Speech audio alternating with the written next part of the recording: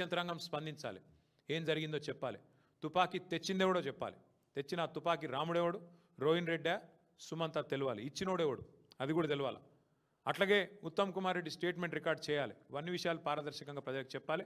మీరు కనుక దాచే ప్రయత్నం చేస్తే మా గవర్నమెంట్ 2 ఏళ్లలో వస్తుంది, ప్రతిదాన్ని తవ్వి తీస్తాం. మేము కూడా ఖచ్చితంగా ప్రతిదానికి మిమ్మల్ని ఎవరెవరైతే అధికారులు రిటైర్మెంట్ అయినా తీసుకొచ్చి కూర్చోబెట్టి మళ్ళీ బాధ్యత వహించే విధంగా చేసే రెస్పాన్సిబిలిటీ మేము తీసుకుంటాం.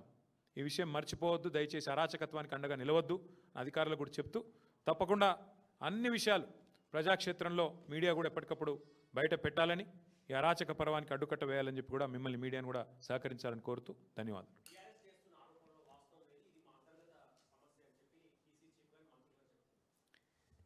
బీఆర్ఎస్ చేసిన ఆరోపణ ఏముంది? కొండా సురేఖ కూతురు చేసింది ఆరోపణ. నేనేం చేసిన? ఆమె చెప్పింది నేను ఉటంకించిన. బయటకు వచ్చి చెప్పమనండి. ఆమె మీడియా ముందు మాట్లాడింది కరెక్టా కాదా?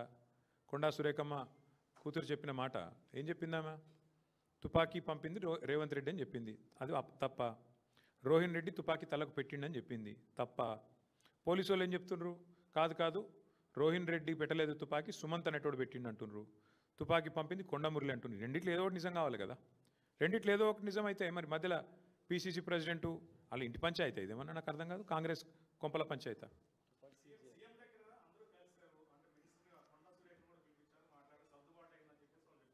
అదే సెటిల్మెంట్లకు అడ్డాగా మారింది ముఖ్యమంత్రులని నేను చెప్తున్నాను.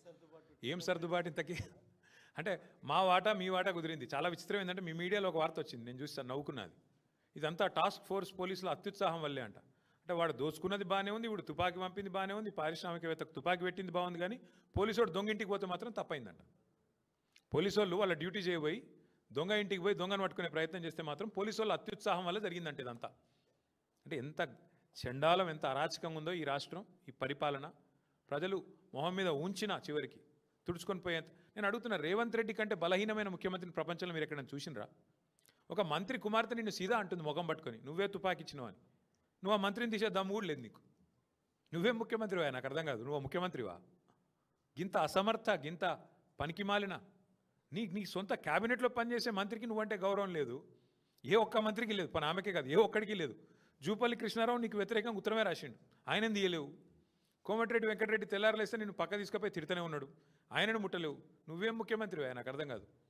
ఒక్క మంత్రికి నువ్వంటే గౌరవం ఉందా? ఒక్క మంత్రి శాఖ మీద నీకు పట్టుందా?